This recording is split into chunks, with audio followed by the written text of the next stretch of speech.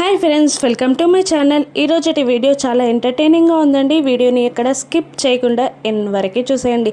నిర్మలమ్మ గారి బలవంతం మీద బాగి మనసులో భయపడుతూనే పైకి నవ్వుతూ బాయ్ చెప్తూ అమర్కి ఎదురొస్తూ ఉంటుంది. నిర్మలమ్మ గారు రాతోడికి మెల్లిగా వెళ్ళు అని చెప్తూ ఉన్నా కూడా అమర్ కోపంగా చూస్తూ ఉంటాడు. బాగిని కోపంగా చూస్తూ ఉంటాడు అమర్. అమర్ జీప్ తనని దాటి వెళ్ళిపోగానే అమర్ని కొడుతున్నట్టు యాక్టింగ్ చేస్తూ ఉంటుంది బాగి. ఇదంతా మిర్రర్లో నుండి అమర్ చూసి బాగి మిర్రర్లో కనపడకుండా మిర్రర్ని పక్కకి జరిపేస్తాడు. బాగి ఏంటో ఈయన ఎప్పుడు మారుతాడో ఏంటో, ఇది నాకేంటో ఈ బ్యాడ్ టైం అని మనసులో అనుకుంటూ ఉంటుంది బాగి. గుప్తా గారు ఆరు పైకి వెళ్ళిపోతూ ఉంటారు. మేఘాల్లో తేలుతూ ఉండగా ఆరు చాలా హ్యాపీగా ఫీల్ అవుతూ ఉంటుంది. ఆరు ఎంజాయ్ చేస్తూ ఉంటుంది పైకి వెళ్తూ ఉండగా. గుప్తా గారిని ఇలా అడుగుతూ ఉంటుంది ఆరు, ఏంటి గుప్తా గారిది, మీకు దైవశక్తులు ఉన్నాయి కదా, ఇక్కడ మాయమయ్యి అక్కడ ప్రత్యక్షమయ్యే లా ప్లాన్ చేసుకుంటూ అయిపోతుంది కదా, ఇలా ఇంత ట్రావెలింగ్ ఎందుకు మాలాగా అని అంటూ ఉంటుంది ఆరు. పైకి వెళ్ళాక మా స్వామిని అడిగి చెప్తానులే అని కసురుకుంటూ ఉంటాడు గుప్తా గారు. ఆరు ఇలా అంటూ ఉంటుంది, అంతేకాదు ఆ చంద్రుని దగ్గర నుండి వెళ్ళరా, ఇంకా అమెరికా దగ్గర నుండి వెళ్ళరా, వాటిని కూడా చూసిన ఫీలింగ్ ఉంటుంది నాకు, ప్లీజ్ ప్లీజ్ గుప్తా గారు అని అంటుండగా కసురుతూ ఉంటాడు గుప్తా గారు ఆరుని. ఇలా అంటుంటుంది ఆరు, మీరు మారిపోయారు గుప్తా గారు, మీరు అక్కడ ఎలా ఉన్నారో తెలీదు కానీ మీ లోకానికి వెళ్ళక ముందే నన్ను చూసారా ఎంత కసురుతున్నారో అని అంటూ ఉంటుంది ఆరు. నీ అల్లరి ఇంకా సరిపోలేదా, ఇంకా అల్లరి చేస్తూనే ఉన్నావు, నీ అల్లరిని చూస్తుంటే ఎవరైనా నీకు నలుగురు పిల్లలు ఉన్నారంటే ఎవరు నమ్మరు అని అంటూ ఉంటాడు గుప్తా గారు. ఆరు ఆ మాటలని పట్టించుకోకుండా ఆడుకుంటూనే ఉంటుంది. చాలించు నీ అల్లరి, అసలే ఇన్ని రోజులు భూలోకంలో ఏం చేశావు అని మా స్వామివారు అడిగితే ఏం చెప్పాలో నా శిరోభారం పెరిగిపోతుంది. అయినా నువ్వు అక్కడికి వచ్చాక ఎన్ని కష్టాలు పెడతావో అందరినీ, మా నరకంలోని శిక్షల కన్నా నీ టార్చరే ఎక్కువగా ఉంటుందని అక్కడి వాళ్లకు కూడా అర్థమవుతుందిలే అని అంటుండగా ఆరు కోపంగా చూస్తూ ఉంటుంది గుప్తా గారిని. వెళ్ళండి వెళ్ళండి, నాకు కూడా చాలా ఎక్సైటింగ్గా ఉంది, స్వర్గం నరకం ఎలా ఉందో చూడాలని నాకు కూడా ఉంది అని అంటూ ఉంటుంది ఆరు. ఏంటి నువ్వు నీ కుటుంబం నుండి దూరం అయిపోతున్నావని బాధపడతావని నేను అనుకుంటుంటే ఇలా హ్యాపీగా ఫీల్ అవుతున్నావు అని ఆరుని అంటూ ఉంటారు గుప్తా గారు. ఎందుకు, బాగిని ఆల్రెడీ అక్కడ సెట్ చేశాను కదా, మనోహరి ఆటల్ని తనే కట్టిస్తుంది, పిల్లల్ని ఆయన్ని బాగా చూసుకుంటుంది, నాకే టెన్షన్ లేదు గుప్తా గారు, ఆయన చిన్న కోరిక గుప్తా గారు అని అంటూ ఉంటుంది ఆరు. ఏంటి మళ్ళీ అని కసురుతూ ఉంటారు గుప్తా గారు. లేదు లేదు ఏ చిన్నదే అని ఆరు అంటూ ఉండగా నో వీల్లేదు అని గుప్తా గారు అనేస్తారు. లేదు లేదు, నా ఫ్యామిలీని చూడాలి, కిందికి వెళ్ళాలి, అక్కడే ఉండాలి అన్న పెద్ద పెద్ద కోరికలు కాకుండా చిన్నదే గుప్తా గారు అని బ్రతిమిలాడుతూ ఉంటుంది ఆరు. ఒట్టువై అని గుప్తా గారు అంటూ ఉండగా గుప్తా గారి నెత్తి మీదే ప్రమాణం చేస్తుంది ఆరు. ఏంటా కోరిక అని గుప్తా గారు అడుగుతుండగా కాసేపు ఇక్కడ ఆపండి అని అంటుంది ఆరు. అక్కడే ఆపేస్తాడు గుప్తా గారు.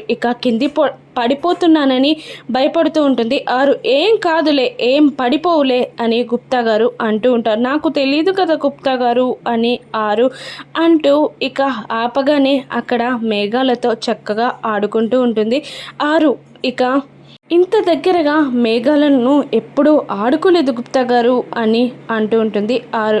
కాసేపు అయ్యాక వెళ్దాం, అసలే లేట్ అయిపోయింది, మా స్వామివారు ఏమంటారా అని టెన్షన్ పడుతున్నాను అని అంటూ ఆరుని పైకి తీసుకెళ్తూ ఉంటారు గుప్తా గారు. లీలా మనోహరిని టిఫిన్ పెట్టాలా అమ్మగారు అని అడుగుతుండగా వద్దే, పిల్లలతో కలిసి తింటాను అని అంటూ ఉంటుంది మను ఇక మీకు ఎంతైనా పిల్లలంటే ఇష్టం కదా, ఒకప్పుడు పిల్లలకి టిఫినే పెట్టొద్దన్నారు, ఇప్పుడు పిల్లలతో కలిసి తింటాను అంటున్నారు అని లీలా అంటుండగా అంత సీన్ లేదే, ఇప్పటికే మిస్సమ్మపై కోపం వచ్చేలా వాళ్ళని రెచ్చగొట్టారు. ఇక వాళ్ళు మిస్సమ్మని తిడుతూ ఉంటే హ్యాపీగా చూస్తూ ఎంజాయ్ చేస్తూ తినాలని అనుకుంటున్నానే అని మను అంటూ ఉంటుంది. ఇక నిర్మలమ్మ గారు వచ్చి పిల్లలు టిఫిన్కి రండి అనగానే పిల్లలు నలుగురు కిందికి వచ్చేస్తారు. ఇక మిస్సమ్మని కోపంగా చూస్తుంటారు. అప్పుడు మిస్సమ్మ ఇలా అంటుంటుంది, ఏంటి పిల్లలు ఇది, ఎంతైనా హాలిడేస్ అయితే మాత్రం ఇంత లేట్గానా టిఫిన్ తినేది అని అంటూ ఆ చైర్స్ని వాళ్ళు కూర్చునేదానికి వీలుగా జరుపుతూ ఉండగా ఇక అంజు కోపంగా లీలా నువ్వు వచ్చి ఆ చైర్స్ ఎలా ఉన్నాయో అలాగే జరుపు అని అనేస్తుంది. ఇక మిస్సమ్మ బాధపడుతూ ఉండగా లీలా వచ్చి ఆ చైర్స్ని జరుపుతుంది. ఇక పిల్లలు వాళ్ళే చైర్స్ని జరుపుకొని కూర్చుంటారు. అమ్ము ఈరోజు నీకు ఇడ్లీ ఇష్టమని ఇడ్లీ విత్ పూరి చేశాను అని అంటుండగా మిస్సమ్మ పెట్టకుండా అమ్ము తన ప్లేట్కి 2 చేతులు అడ్డు పెడుతూ ఉంటుంది. అంజు అని అంటుంటే అంజు కూడా 2 చేతులు అడ్డం పెట్టేస్తుంది. ఇక నిర్మలమ్మ గారు ఏంటి అలా మీరు చేతులు అడ్డు పెడితే మిస్సమ్మ ఎలా వడ్డిస్తుంది అని అడుగుతూ ఉంటుంది. నిర్మలమ్మ గారు మాకు మిస్సమ్మ టిఫిన్ పెట్టకూడదు, అంతేకాదు ఏ పని కూడా మిస్సమ్మ మా కోసం చేయకూడదు. ఇక లీలా టిఫిన్ పెడితేనే మేము తింటాం నానమ్మ, లేదు అంటావా వెళ్ళిపోతాం, ఇప్పుడే చెప్పు అని పిల్లలు అరుస్తూ ఉండగా ఇక మిస్సమ్మ సైలెంట్ అయిపోతుంది. లీలా వచ్చి టిఫిన్ వడ్డిస్తూ ఉంటుంది. ఇంకా పిల్లల్ని రెచ్చగొట్టేలా మను ఇలా మాట్లాడుతూ ఉంటుంది, ఏంటి మిస్సమ్మ ముసుగేసుకొని తాళి కట్టించేసుకుంటే భార్య అయిపోతావేమో కానీ పిల్లలకి తల్లి కాలేవు, ఇక వాళ్ళకి నీపై ఉన్న ప్రేమని పునాదులతో సహా కూల్చేసుకున్నావు నువ్వే అని మను మిస్సమ్మని అంటుండగా మిస్సమ్మ కోపంగా చూస్తూ ఉంటుంది. అప్పుడు నిర్మలమ్మ గారు ఏంటి మనోహరి నువ్వు మాట్లాడేది, పిల్లలని నచ్చజెప్పాలి కానీ వాళ్ళని రెచ్చగొట్టేలా మాట్లాడతావా అని అంటుండగా మను ఉన్నది చెప్పాను అంతే, ఏం చెప్పలేదాంటీ, ఉన్నదే చెప్పాను అని అంటూ ఉంటుంది మను. ఇక పిల్లలు కాస్త టిఫిన్ చేసి పైకి కోపంగా మిస్సమ్మని చూస్తూ వెళ్ళిపోతారు. ఇక నిర్మలమ్మ గారు కూడా వెళ్ళిపోతారు. ఇక వెళ్ళిపోగానే మిస్సమ్మని ఇలా అంటుంటుంది మను, ఏంటి మిస్సమ్మ ఇక ముసుగేసుకొని తాళి కట్టించుకుంటే సరిపోతుందా, ఎప్పటికీ అమర్ని పిల్లల్ని నీకు దగ్గర కానివ్వను, వాళ్ళు పెట్టే టార్చర్ భరించలేక ఈ తాళి నాకు వద్దు అని నా చేతిలో పెట్టి నువ్వు ఇంటి నుండి వెళ్ళిపోయేలా నేను చేస్తాను అని మను ఛాలెంజ్ చేస్తూ ఉంటుంది బాగీతో. ఇక బాగీ ఇలా అంటూ ఉంటుంది, ఎందుకు ఈ ప్రతీకారం కోపం ఎప్పుడు రగిలిపోతూ ఉంటావు, నేను ఎక్కడికి పోతాను, నేను ఎక్కడికి పోను, నువ్వు అనుకున్నట్టు నేను ఏడికి పారిపోను, ఇక్కడే ఉంటాను, మెల్లిగా వాళ్ళని దగ్గరికి చేసుకుంటాను, నా టైం బ్యాడ్ లేక ఏదో జరిగి నా మెడలో తాళి పడిపోయిందే తప్ప నేను కావాలని చేసుకుంది కాదు, అయినా నువ్వు అనుకున్నట్టు నేను ఏడికి పారిపోను, మెల్లిగా నాపై రివెంజ్ ప్లాన్ చేసుకో అని అంటూ మనుపై చెయ్యి వేసి భుజాన్ని కొడుతూ అక్కడి నుండి వెళ్ళిపోతుంది బాగి. ఇక పిల్లలు ఆయన ఇంతలా అవమానిస్తున్నా కూడా దీని పొగరు తగ్గలేదు, ఎలాగైనా ఇది ఇంటి నుండి వెళ్ళిపోయేలా ప్లాన్ చేయాలి అని మను మనసులో అనుకుంటూ ఉంటుంది. ఇక అమర్ రాథోడ్ కార్లో వెళ్తుండగా అమర్ కోపంగా ఉండడం చూసి రాథోడ్ కాస్త మైండ్ మార్చడానికి ఇలా మాట్లాడుతూ ఉంటారు, సార్ ఈవినింగ్ వరకు ట్రైనింగ్ ఉంది కదా, మధ్యాహ్నం భోజనం తెప్పించమంటారా, ఇంటి నుండి తెమ్మంటారా అని రాథోడ్ అడుగుతుండగా మధ్యాహ్నానికే కాదు రాత్రికి కూడా తీసుకురా, నేను ఆ ఇంటికి వెళ్ళలేను, తను ఆ ఇంట్లో ఉన్నంత వరకు నా ఇంట్లో ప్రశాంతత ఉండదు, రాత్రి నిద్రే ఉండదు, నేను ఇక్కడే ఉంటాను అని అంటూ ఉంటాడు అమర్. ఇక అదేంటి సార్ రాత్రి ఎంచక్కా ఇంటికి వెళ్ళొచ్చు కదా, మధ్యాహ్నానికి తెప్పిస్తాను అని రాథోడ్ అంటుండగా కోపంగా చూస్తాడు అమర్. ఓకే సార్ రాత్రికి కూడా తెప్పించేస్తాను అని రాథోడ్ అంటూ, సార్ మీకు ఒక్కటి చెప్పాలి సార్, అసలు మిస్సమ్మ చాలా మంచిదే సార్, ఎందుకు అలా చేసిందో అర్థం కావట్లేదు, తన కారణాలు ఏంటో మనం అడగలేదు కదా సార్ అని అంటూ ఉంటాడు రాథోడ్ మిస్ అమ్మకి సపోర్ట్గా. ఇక అమర్ ఇలా అంటుంటాడు, కారణం ఏదైనా ఉండొచ్చు, కానీ పెళ్ళి అనేది 2 మనుషులకి 2 కుటుంబాలకి సంబంధించింది కదా, తన ఒక్కదాని నిర్ణయం ప్రకారం పెళ్ళి చేసుకోకూడదు కదా, ఇక 2 కుటుంబాలు ఎంతలా బాధపడతాయో ఆలోచించాలి కదా అని అమర్ కోపంగా అంటూ ఉంటాడు. ఆ మోసాన్ని నేను ఎప్పుడు తట్టుకోలేను, ఆ మోసాన్ని నేను భరించలేను అని అమర్ అంటూ ఉంటాడు. ఇక అప్పుడే మిస్ అమ్మ గార్డెన్లోకి వచ్చి రాథోడ్కి కాల్ చేస్తూ ఉంటుంది. ఇక మిస్ అమ్మ అని పేరు చూసిన అమర్ కోపంగా చూస్తూ ఉంటాడు రాథోడ్ని. ఇక పర్లేదు సార్ అని చేతులతో సైగ చేస్తూ ఉంటాడు రాథోడ్. అయినా మిస్ అమ్మ వదలకుండా మళ్ళీ కాల్ చేస్తూ ఉండగా రాథోడ్ కట్ చేయబోయి స్పీకర్ ఆన్లో పెట్టేస్తాడు. ఇక రాథోడ్, ఏంటి రాథోడ్ ఫోన్ చేస్తుంటే లిఫ్ట్ చేయట్లేదు? అయినా మీ సార్ ఏమనుకుంటున్నాడు?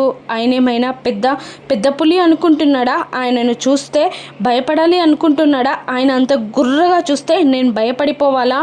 నాకు భయపడాల్సిన అవసరం లేదు. ఎప్పుడు మూతి అని పెట్టుకున్నట్టు అలా చూస్తూ ఉంటాడు. ఓ ప్రేమగా మాట్లాడడం రాదు, ఎప్పుడు తిడుతూనే ఉంటాడు, ఎప్పుడు బీపీతోనే ఉంటాడు. ఏదో నా బ్యాడ్ టైం అయ్యి ఎందుకు నా మెడలో తాళి పడిందో నాకు అర్థం కావట్లేదు. తప్పు నా వైపు ఉంది అని నేను నమ్మాను కాబట్టి నేను కాస్త తగ్గుతున్నాను, కానీ ఇంకోసారి అలా తగ్గను. నా తప్పు లేకున్నా నన్ను తిడితే నేను పడను. నేనేమైనా కావాలని అతడేమైనా మన్మధుడు అని అతనికి ఎదురొచ్చానా? పెద్దావిడ బాధపడుతుంది అని పెద్దావిడ కోసం ఎదురొచ్చానే తప్ప అతను అలా చూస్తాడేంటి, అంత కోపంగా చూస్తాడేంటి? నాకు అసలే కుంఫు కరాటీ వచ్చు, ఏం చేస్తానో నాకే తెలీదు అని అంటూ ఉంటుంది మిస్సమ్మ అని రాథోడ్ అంటూ ఉన్నా కూడా మిస్సమ్మ మాట పట్టించుకోదు. ఇక అమర్ కోపానికి అవధులు లేకుండా పోతాయి. ఇంకా మిస్సమ్మ ఇలా అంటూ ఉంటుంది, ఆయనకు బీపీ బాగా పెరిగిపోయింది, ఏదైనా హాస్పిటల్లో చూపించండి అని అంటూ ఉంటుంది మిస్సమ్మ. ఇంకా అమర్ని తిడుతూనే ఉంటుంది మిస్సమ్మ. ఇక మిస్సమ్మకి బుస్ అన్న సౌండ్ వినబడుతూ ఉంటుంది. ఇక ఏమిటి రాథోడ్, ఆయన్ని తిడుతుంటే నువ్వెందుకు ఫీల్ అవుతున్నావు అని అంటుండగా ఇక రాథోడ్ కోపం, ఫ్రస్ట్రేషన్, అసహనం అన్నీ కలిస్తే అలాగే ఉంటుంది అని అంటూ ఉంటాడు రాథోడ్. ఎందుకు అలా, ఎందుకు, ఏం మాట్లాడుతున్నావు అసలు, నువ్వేమైనా స్పీకర్ ఆన్ చేసినట్టు మాట్లాడుతున్నావే అని అనేస్తుంది మిస్సమ్మ. అని రాథోడ్ అనేస్తాడు. ఇక ఏంటి, ఏం చెప్తున్నావు, ఒక్కసారి మళ్ళీ చెప్పు, స్పీకర్ ఆన్లో పెట్టానని మాత్రం చెప్పకు నువ్వు అని అనగానే అదే జరిగింది అని రాథోడ్ అనేస్తాడు. ఇక మిస్సమ్మ సడన్గా కింద కూర్చుండిపోతుంది. రాథోడ్ ఇది కూడా వింటున్నారు మిస్సమ్మ అని అనగానే మిస్సమ్మ తనంతట తానే తిట్టుకుంటూ ఉంటుంది. చిచ్చి బాగి, నీ బ్యాడ్ లక్ బ్రేక్ డాన్స్ చేస్తుంది అని తెలిసాక కూడా ఫోన్ చేస్తావా అని అనుకుంటూ ఇక మళ్ళీ ఫోన్లో మాట్లాడడానికి ట్రై చేస్తూ ఉంటుంది బాగి. ఇక ఏం చెప్పనుంది అమర్కి, అమర్ అపార్థం చేసుకోకుండా ఏ విధంగా మాట్లాడనుంది? ఆరు మళ్ళీ తిరిగి భూలోకానికి వస్తుందా? రాను ఎపిసోడ్స్లో చూద్దాం. Thank you for watching.